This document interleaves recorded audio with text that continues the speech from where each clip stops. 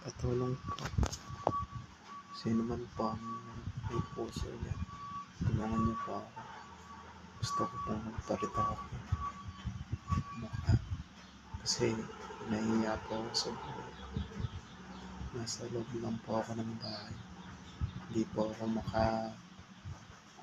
makalabas.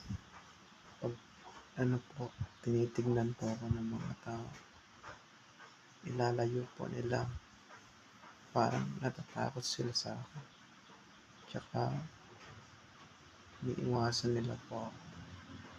Sana po matulungan niyo po ako. Kasi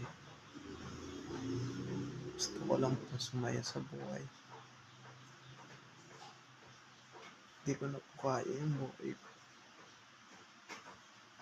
Nahihirapan na po ako. Tulungan niyo po ako.